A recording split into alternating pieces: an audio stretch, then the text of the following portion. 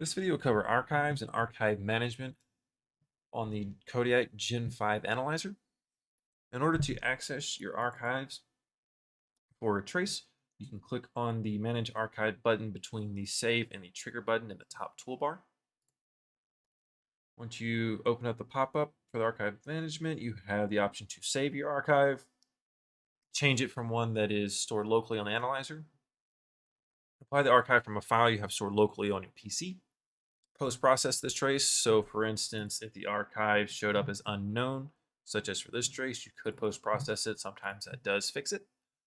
You can also reset to the original archive. So if you post-process the trace or applied an archive from a different trace, you can always reset to the original archive using this button. Under archive management, we allow you to select which device you are seeing the information for. If you are in dual port mode, this will come up and allow you to select more than one device. In 4-lane captured, hardware archives are available as well as in dual port mode. However, in 16-lane captured mode, you will have to post-process any of your traces for the archive management, for the archive to show up correctly.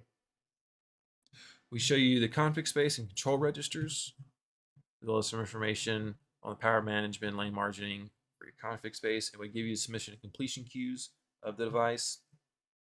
There's also some information on it, the vendor, the bar size, etc., and memory page size. In order to navigate and see which archives you have stored on the analyzer, you can expand or collapse the navigation bar. Archives is the last option in the top set. Here you will see all the archives that you have stored locally on the analyzer. You can upload archives that are saved locally on your PC from other analyzers or other traces. You can download or delete any of your archives on the analyzer.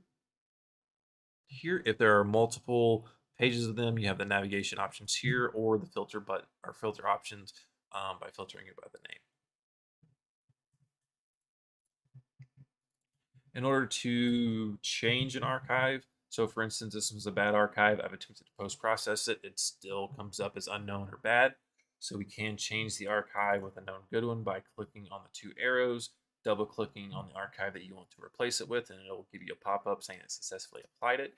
We'll come back and you'll see that the archive has been applied, so SK Hynix Gen4 M.2 matches with SK Hynix Gen4 M.2 archive that I have saved here.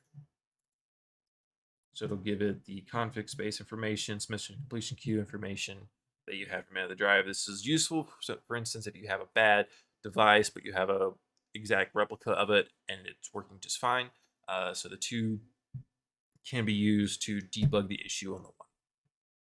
If you have any questions on archives or anything about the Gen5 Kodiak system, email us at support@serialtech.com. Thank you.